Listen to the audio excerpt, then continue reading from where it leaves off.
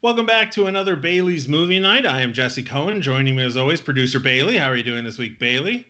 Big thumbs up for everybody. And from the movie you all just hopefully watched, Spaceballs, Princess Vespa, Daphne Zuniga. How are you doing today, Daphne? I'm doing great. Thank you so much for joining us. We hope you're doing well. Now, I've got to ask, in a movie like Spaceballs, which is a Mel Brooks movie, so obviously you've got Mel Brooks attached, huge comedy name. Then you've got John Candy, you've got Rick Moranis, Joan Rivers, all of these names. Was there pressure being surrounded by that much sort of comedy royalty to be funny? I felt pressure, sure, because I was just a few years in my career, So I felt nervous and pressure, but there was so much fun. They were all having so much fun. So I found myself I just realized they were just a bunch of big kids, Oh, thanks, Bailey. Yeah. I mean, you wind up sort of playing the straight role for the entire film, and it's an underrated role in the world of comedy, and it does take timing and patience and all of that, and you did do a fantastic job. I'm curious how you wound up getting cast and what the process was for a role like that in a movie like that. Oh my God! Well, I auditioned, and Mel wanted to see me actually because I had previously done a movie called The Sure Thing, which Rob Reiner directed. Rob Reiner's dad, Carl Reiner, is best friends with Mel Brooks. So I think Rob told Carl, yes, rest in peace, Carl, he just passed. And Mel just turned, I think, 94 or something, 92. So anyway, so I had just done this movie. I don't even know if it had come out. So they said, Rob said he had a great time with me and you should see this girl, Daphne. It was just starting, really. So I went to meet Mel and he was fantastic. I loved him, but he basically was acting like I had the part. I went down to, MGM, or maybe his office was on 20th Century Fox. And he showed me sets that they were building. He kept saying, "Oh, you're so perfect. You're my perfect princess." He like everything, but there was no offer made. So I would tell my agents, "Oh, I spent the afternoon with Mel. He showed me like my I know I have the part. He showed me, the Vespa, the Mercedes, the car. He showed me, he was taking me around the sets." And they said, "Yeah, there's no offer yet." I mean, it went on for about a month. And then finally, the offer came in. So it was kind of, weird and wonderful, but it's just, anytime I got to spend in the presence of Mel, it was just a dream come true. I was young and starting, and he was so full of life and like like a kid, just like a kid, Bailey's got his pop. What do you got for us, Bailey? Bailey wants to know what was the offer, and did you take the first offer they made? I don't remember the actual offer, but yes, I took it. I basically said it's about time. Did you meet any of the other actors before the offer came in? Like when he was showing you around on the set and showing you No, okay. I didn't meet them. I don't know if they didn't live in LA or what, but no. And I think the casting me and casting Bill Pullman was about the same time, so it was all kind of happening at the same time. You mentioned The Sure Thing, which is a sort of a road trip rom-com with you and John Cusack. Now, I think I was 7 or 8, and my uncle took me to see that movie without telling my parents. I think it was the first sort of movie made for grown-ups that I saw in the theater. But I mean, it's a very similar role, I guess. I mean, it's been a while since I've seen The Sure Thing, but you play a very independent, prude. Yes, sure. Frigid. Uptight. Well, I was going to say. Well, I know what I played. but a female character who knows what she wants and knows what she's worth and isn't about to take any stuff from everybody else. How much of that role did you channel from The Sure Thing into Spaceballs? I had to keep reminding myself because they came pretty closely together. I'm not playing Allison, which was the Sure Thing role. they didn't feel the same to me, but their uptightness was definitely similar. They're a little bit, what are you saying, Bailey? You think they were like sisters? You think they were like feel the same? Kinda. I know. I agree. They were, and I don't know why, but I guess Rob said that. She's like a perfect princess. Bring her. Yeah, so it's funny because you just have to keep going back to the script, and I would just, no matter what role, you have to remind yourself there's not a general version of uptight, right? This is a princess. It's a Mel Brooks princess, so that's very specific. Yeah. Then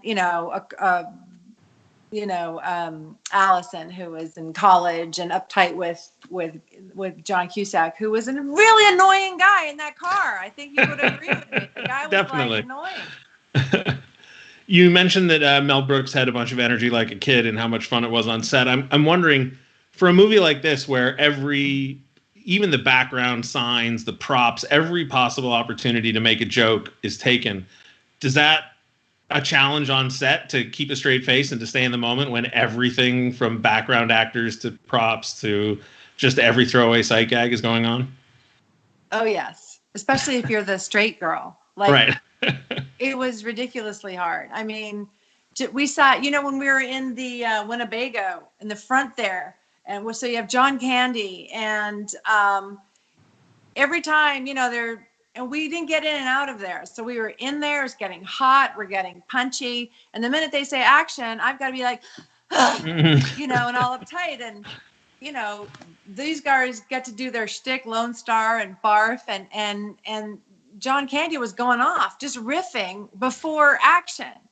So I was like, John, that isn't fair. And then he was trying to do it on purpose to see if I could, with action. And if I were like supposed to be making jokes, it would have been easier. Bailey, you got your pop again. Did Mel give the jokes, or could you ad-lib? From Bailey. So I'm very proud of one ad-lib. Okay, this is the thing. When you're the straight person, it's kind of annoying and difficult because everyone around you is a comic genius. And they literally are coming up. They're ad-libbing. They're coming up with stuff. They're adding jokes.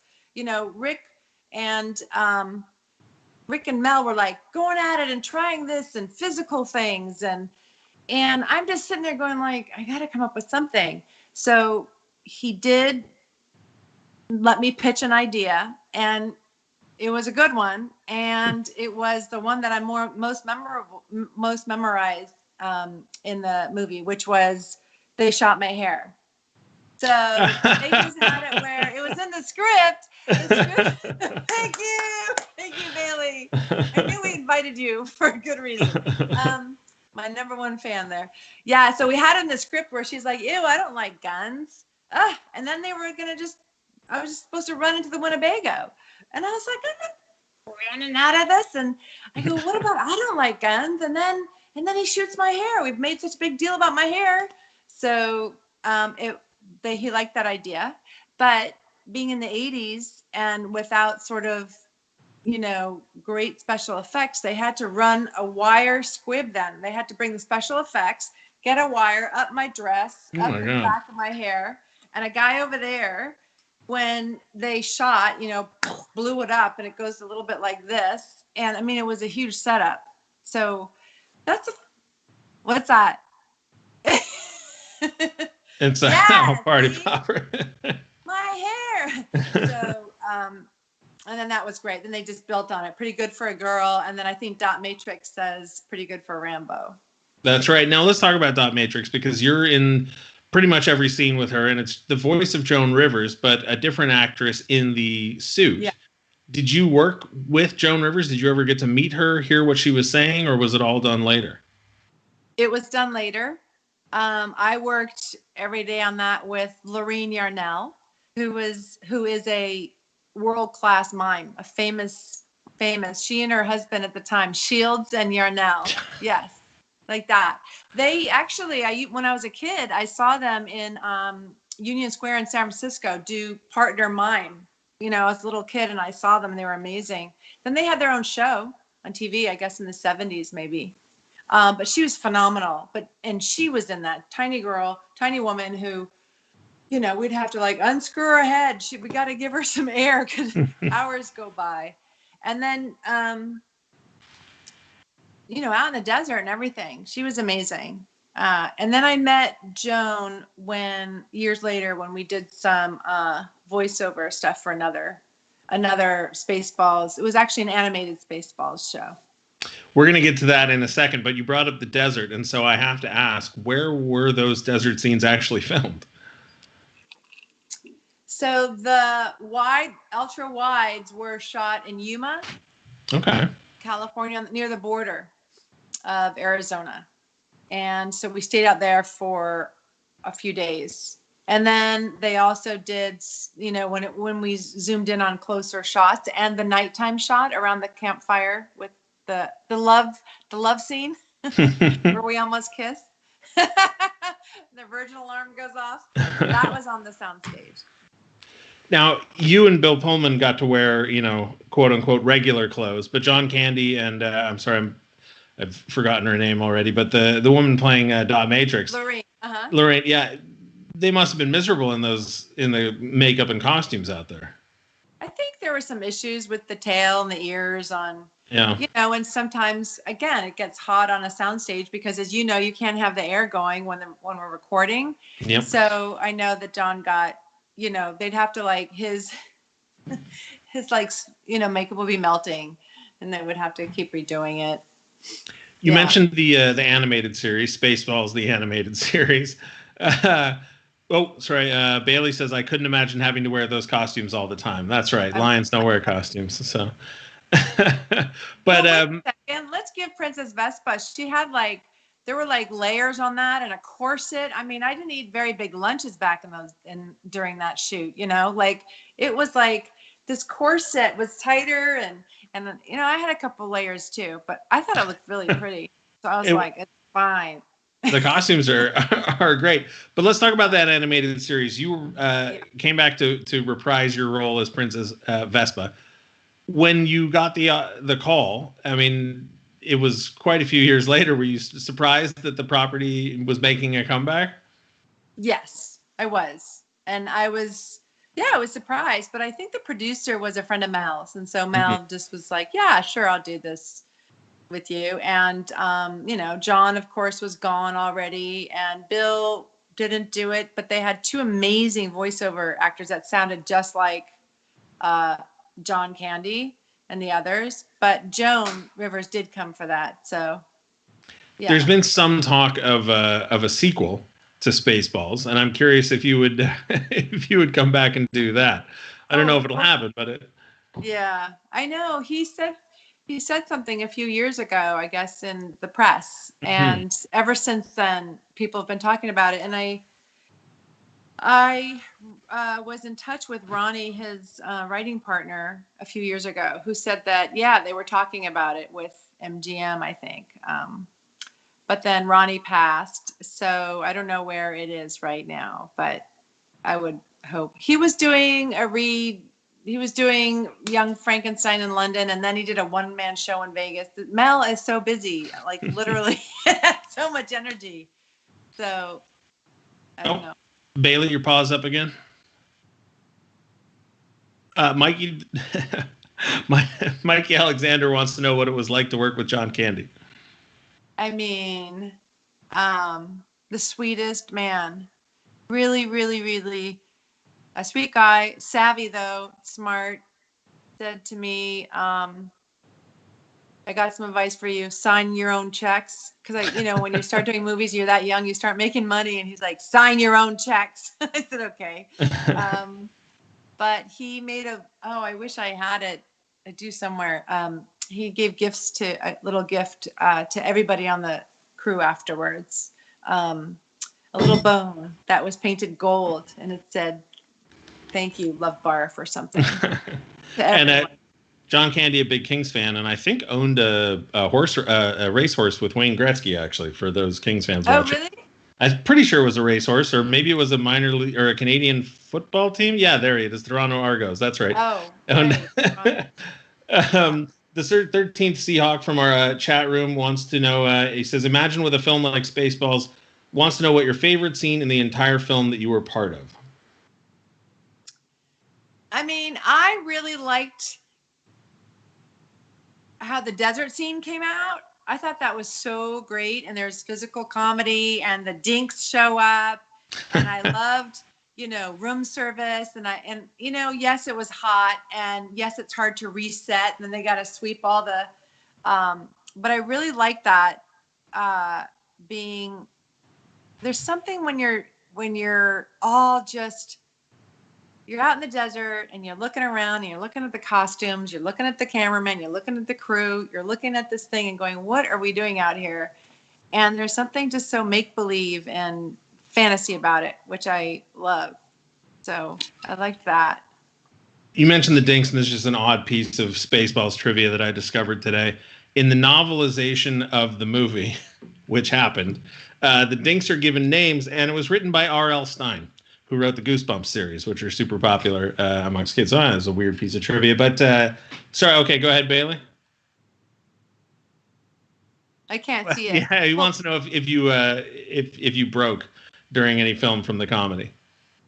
If I just lost it? Yeah. Oh, I'm sure. I mean, I'm sure. Yeah, I'm sure.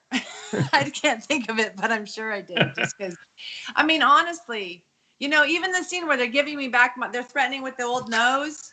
I mean, they spent probably 4 hours doing a whole other bit. They're talking about the golf course, and then the doctor's going to go and, they're talking about all this jokes, and then they were going to build another set. And I'm just here going, I'm watching like genius happen, right? And then suddenly Mel, I remember, just goes, nope. Too much. It's too much. Pull it back. Pull it back. Let's forget that. We're going to just go with this, So that's what it is. They build it out and then he pulls it in. And yeah, I laughed a lot. Oh, I think I laughed when I was in the prison singing Nobody Knows. I was trying to keep my voice low. I wondered if that was actually your voice. What's that say? Bailey says that is what everyone that works with him feels like all the time. But that was you singing in the prison cell? Yeah.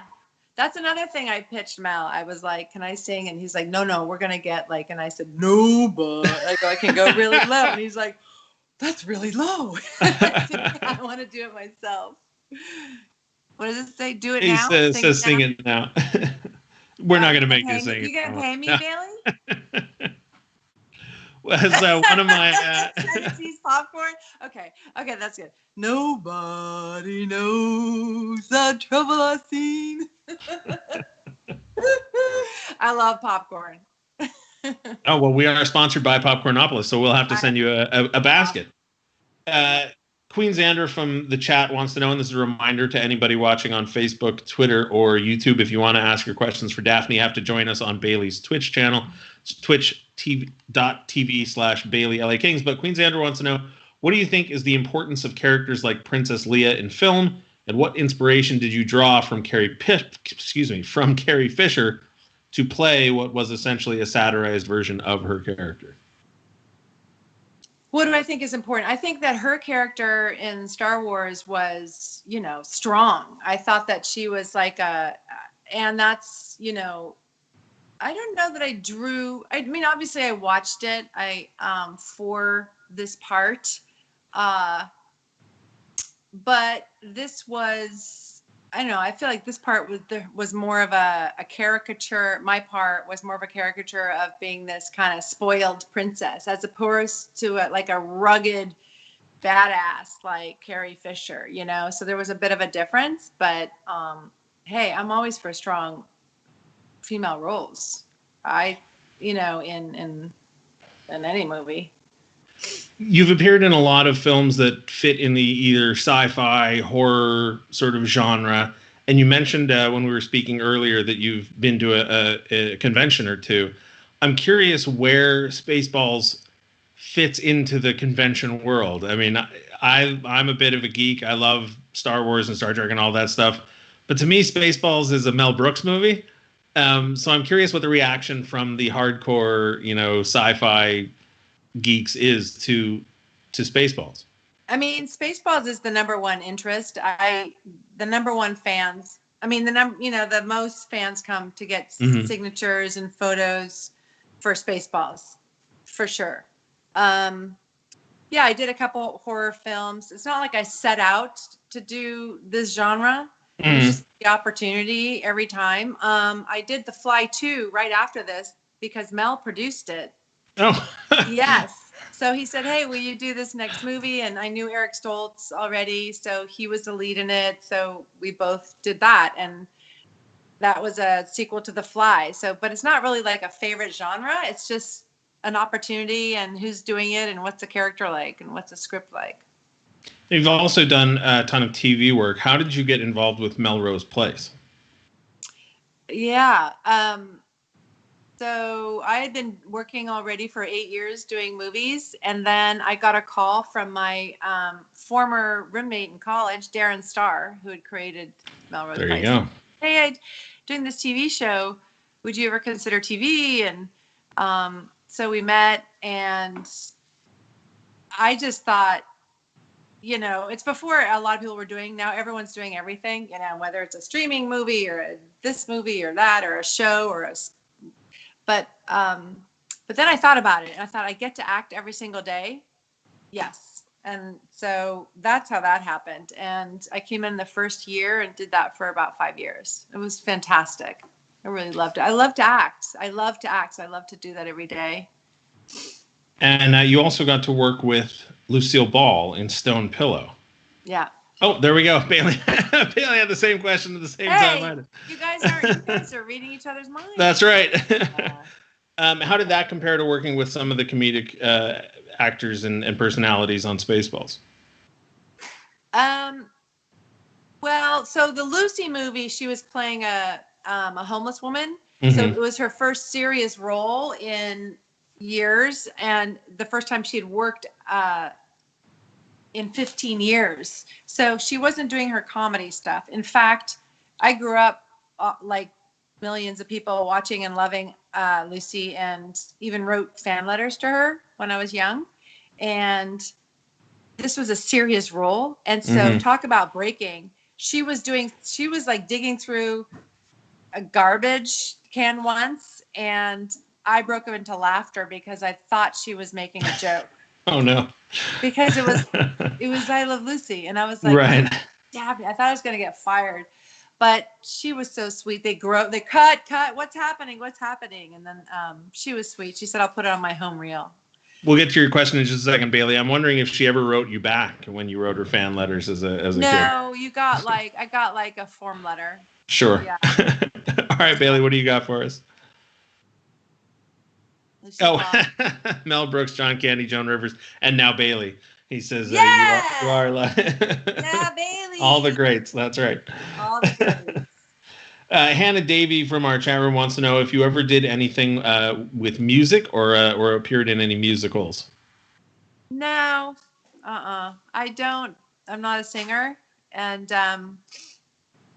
Bailey says yes, you are. So there you go. In fact, this is how I know I'm not a singer. When I was in high school, I was wanted to do a summer stock theater with this theater company, and it was a musical theater company, but it was the only one in my area. So the producer said, you did a great audition, but you can't sing. So just be in the chorus and just lip sync. Oh, wow. So I was like, when that happens, when you're 17, you just never even try it again. Bailey wants to know where you went to high school. So I was born in San Francisco, and I went to Berkeley, grew up in Berkeley High for the first 2 years. And then we moved to Vermont, New England. So I was in Vermont, New England, and went to Woodstock High. And that's where I did theater, but not musicals. And how did you decide you wanted to get into acting? I've always known it. Before I even knew. What's that? Says he loves that bird. I'm assuming referencing Woodstock, the little bird that hangs out with Snoopy all the time. Oh. Yeah, Woodstock. Oh. Where are you going, Bailey? Come on. He's seeing himself out for that joke. Okay. What was the question, Jesse? How did you get interested in acting? Yes. Well, I've just always wanted to do it. When I was a little kid, I would do skits in the neighborhood, and at dinner when my mom had people over and my dad, and we'd do it in the living room. And then I got into the theater department, junior high, high school, and kept going. Majored in theater. I just always knew I wanted to do it. Pinky from our chat room wants to know what it was like being Victoria Davis in One Tree Hill. She says, you were so sweet, but you played a mean character so well. Yes. Well, I got to tell you, and thank you for saying I'm sweet and played a mean character really well. It was really fun, I have to say. We all have different sides to us, and I feel like we have to shut down some of the sides because you can't go around acting like that. And so it was a real sort of great outlet for me to be. I don't think that Jesse and Bailey probably watched One Tree Hill, but she was a total witch. The mother, I was the mother to Sophia Bush's character, Brooke Davis, and she was a real witch and was evil to her daughter too. So I did that for 5 years. And, sometimes they would say cut and I'd have to give her a hug, but I just went for it. It was really, it felt good to do it. Looks like Bailey's got his whiteboard ready for us again. Bailey has a photo to show. Then he wants to see your photo. Not entirely sure what Bailey's up to, but here we go. It looks like a picture of... Go down to the camera. Go to the camera. Oh, it's John Candy and Wayne Gretzky. Oh, there we go. And Wayne Gretzky. Yeah. And I believe Bailey's cueing you to show a photo that you may have had from Spaceballs. I have some here. So I'm glad you... So can you... I don't know if they're... This is me giving sodas to the dinks in the desert. I just love that picture. Like literally there's some Cokes there or something. And I'm like, you guys thirsty? And I have some here that... let's see. Oh, yeah. There's one of me. There's me with the gun.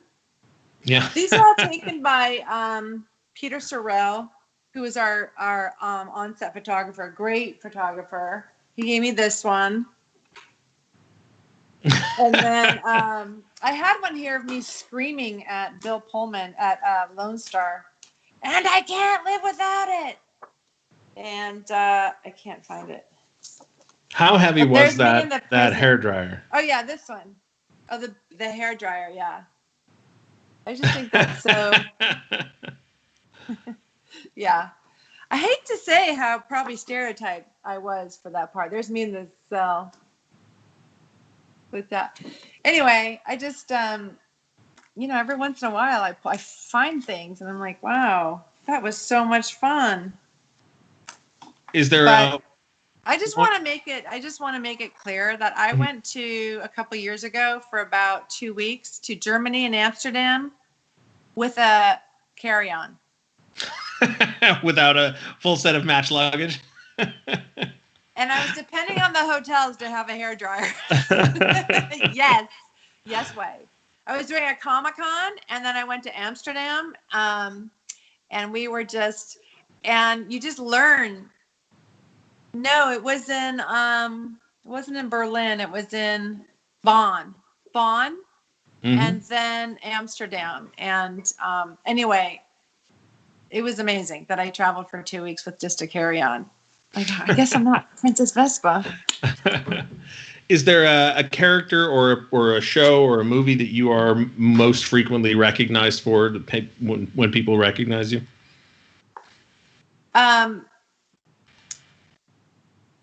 It depends where I am. I guess Melrose Place and Spaceballs, and then One Tree Hill if I'm with younger people. Yeah. Hannah from the chat again wants to know how you keep your hair so amazing. She says this is the content we need. So. It's so funny because, I just I did throw it up a little bit there.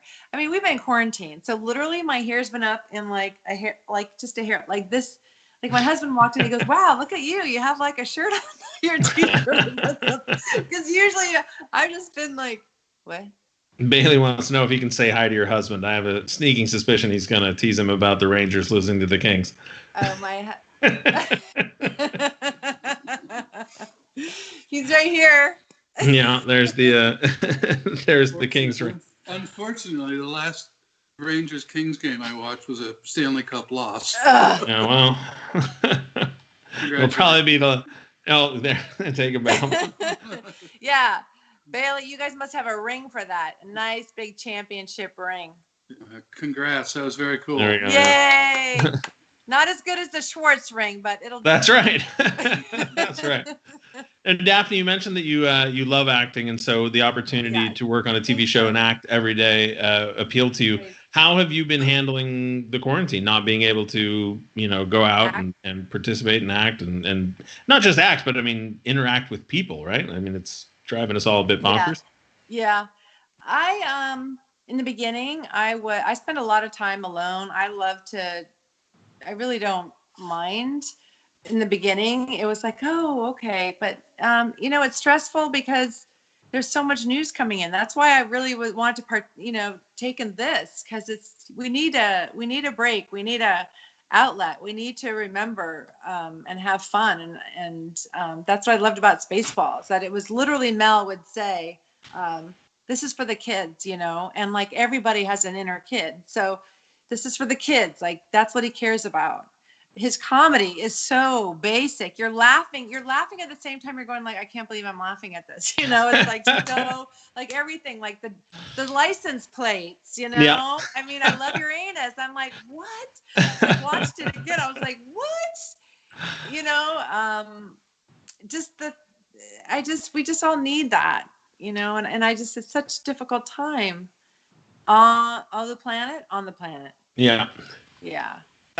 He was saying, "Oh, the planet," to the Uranus joke. I was saying to Bailey right before we started recording this, one of the gags, there was a sign that says no authorized or no unauthorized or authorized people beyond this point, and I started laughing at the idea that it's a fine joke, but I was laughing more at the idea that somebody thought of the joke, ordered the sign, made the sign, shipped the sign, like all for what amounts to a half a second of a background gag. And I was, like you said, I was laughing more at the idea that they included it than the actual joke itself. Was there, sorry, what do you got there, Bailey?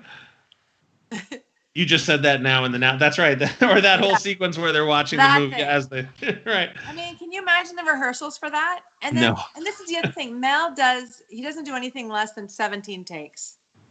Oh, wow. So this is back when, there was money involved in like time. And so I remember, I think the most we ever did was a 26 takes. And I was like literally saying, Mel, what do you need? What am I doing wrong? What can I do? And he's like, no, it's great. Let's go again. It was perfect. And I just realized he just loves doing it, because he has a joke and the prop department's on it. Yeah. Perfect. One more time. Constantly. Well, how is he as a director? Not all the time. The only time he didn't do it was when he was yogurt, and he would say on his close-up, I remember this, saying something about the Schwartz or just plain yogurt, and then he would say, cut! Perfect! Moving on! Good to be the king. But yeah, he did a lot of takes because he just enjoys it. And but you're right. Every single joke that someone has and that he had or one of the others had in their head, they had to make it.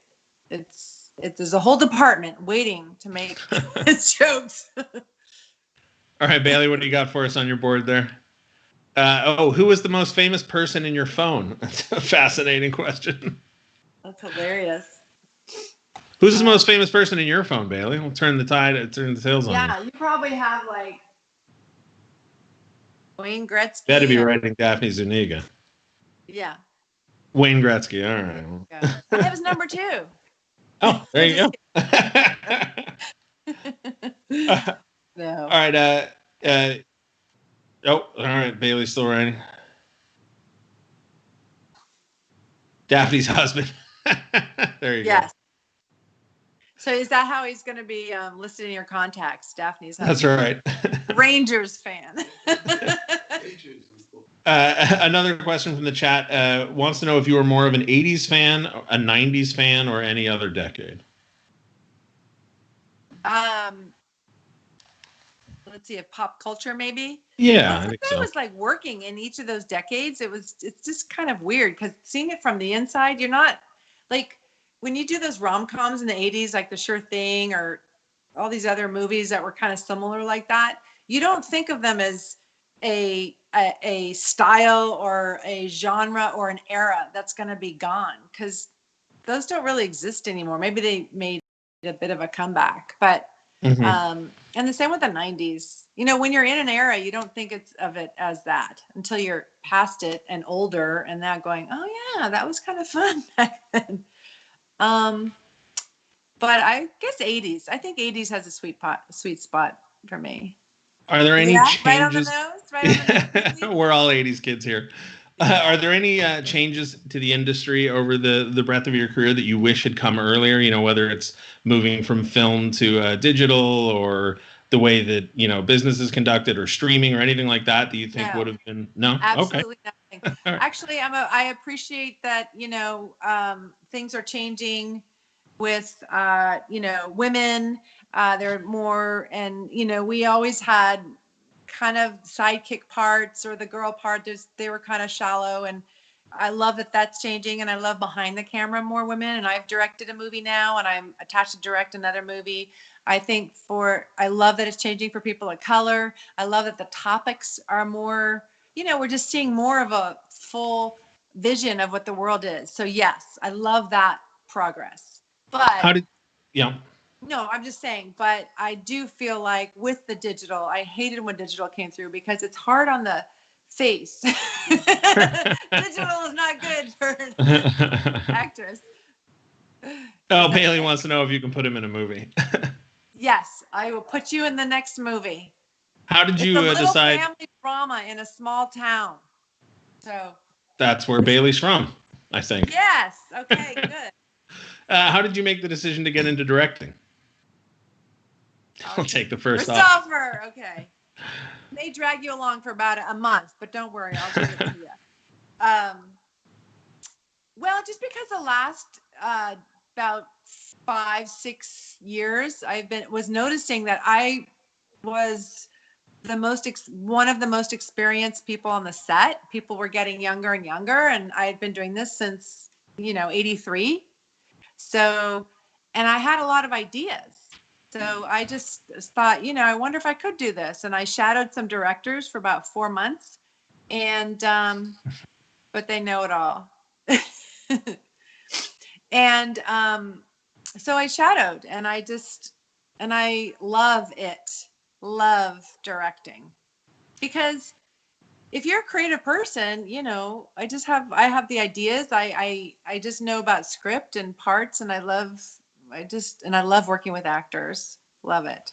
Was there a director that you had worked with in your career that you learned from the most, or that you find yourself thinking back to or incorporating their style into your own? You know, the thing about directing that I've learned and what I've read too, and what I remember I appreciate is, well, every actor is different. So some actors don't want to be bothered that much. And some actors like me want to be like putty and want you to tell me what else you want. But the other truth is they hired you to bring what you know how to do. So, you know, if you're on that set, that means they believe in you, that you're going to bring your own thing to it. But I guess for me, the hardest thing is to just let the actors do their own thing and not say too much. Mm-hmm. Not say too much, but not say too little. It's tricky because even as an actor, it's hard to get what you want out of an actor because you have an idea in your head, but you know, so it's hard. But that's all right. You're busy with so much stuff when you're directing, so many questions, so many decisions. As an actor, if a director gave you a line read, would you object and be offended? And then as a director, would you ever give an actor a line read? I would ask them. Mm-hmm. I think, you know, when you're in acting class, they say the worst thing ever is to get a line reading, and you don't want to play a result. You want to be, you want it to come from an organic place. But as an actor on set, where there's time constraints and a lot of other distractions and things that we have to do, I personally don't mind a line reading. It's not that I'm exactly going to say it the same, but I kind of can feel what that director wants. If he just says, you know, say it like this, you know, or, yeah. So I loved working with Rob Reiner. He didn't give us line readings. He really trusted us. That was a really great and he was an actor. So that was, again, we had more time. I felt like we had time, you know, and you really have to honor the actors, because at the end of the day, not because you want anyone to have an ego, but at the end of the day, if they're not comfortable, if they're not going to give you their best, and what you get on screen is pretty much the only thing that matters, right? Because what else? You're not going to, that's the only thing. Love the talent. You gotta love the talent. Bailey knows. Bailey feels. You are the talent, Bailey. What do the hockey players know anyway? Nothing. Nothing about nothing. I'm curious though, sorry to just dwell on this directing thing, but I'm curious if having spent so much time as an actor do you think people should have to at least do a little bit of acting before they direct, just so that they know the people that they're forcing around and bossing around? Yeah, I would love that. I think that would be a great idea. Because a lot of directors come from the technical. They go to film school. Mm-hmm. They never take an acting class. They just learn cameras and production. But again, you could have the greatest lighting and the greatest set. But if you can't communicate to your actors and you don't incite them to bring, you know, great performance, you're screwed. So I do like the directors that have done some, for sure. What are you need to feel respected too as an actor. You know, we're when between action and cut, you're like revealing yourself. You're making yourself vulnerable. You know, the grips aren't. The grips are coming in and doing their thing, and then they leave, and like we're asked to come in. So you want a safe environment. What do you, Bailey's got his paw up. He's well, Bailey wants to know what a grip is. The grips, like, they do the lighting, and they're all the stands, and so there's like all this equipment. Yeah, there you go. Like that. Yes. And there's the electrics. Grip and electrics are responsible for how you're lit and how the set looks. Bailey would make an excellent grip, I think. Excellent grip.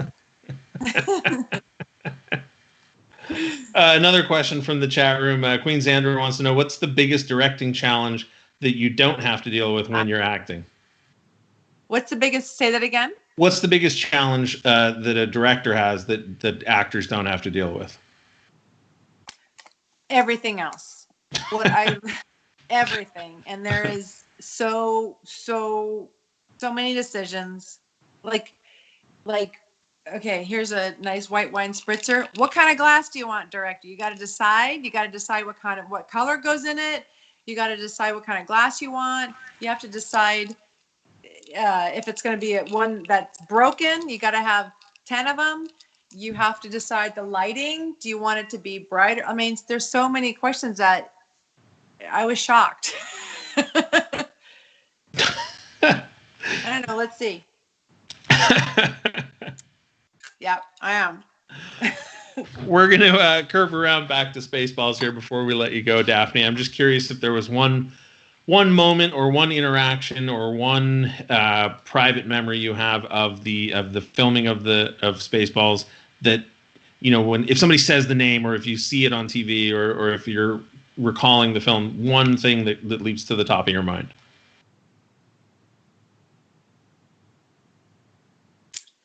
I just have so many. I was so happy doing that. I think I had my 20-something birthday in the middle of that, and was like, this can't be. I'm playing a princess in a Mel Brooks movie with this whole set. And so I just think of the fun, you know. There's this, where's that other picture? I think there was a scene taken out of it. That's the princess's bedroom. Oh, wow. And that's Dot, and you can see it's all in gold. I mean, it was just incredible, the detail that they went to make all those sets. So I just have these flashes of being on the set with Mel and the other actors and just having a great time. It was a few months on set, Nowadays, everything's shot in a few weeks or maybe a month. Yeah, I just remember really enjoying it. In fact, I started to have nightmares, and I remember Mel saying, I said, Mel, I'm having all these nightmares. I don't know why. And he said, well, in the Jewish faith, we say you have nightmares because everything's going so great, and everything can't be so great. So we're going to give you some nightmares. So he explained my psyche there. He's a very smart man. I said, okay. Yeah.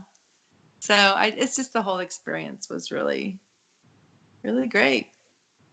Well, this experience has been great. We want to thank you so much for joining us and for answering all of our questions. There you go. Bailey wants to welcome, thank Bailey. Thanks for inviting me. And I'm glad that everyone watched the movie and enjoyed it. It's great. And if we ever get around to watching The Fly 2 or The Sure Thing, we hope that you'll come back and join us again. I will. Anytime, guys.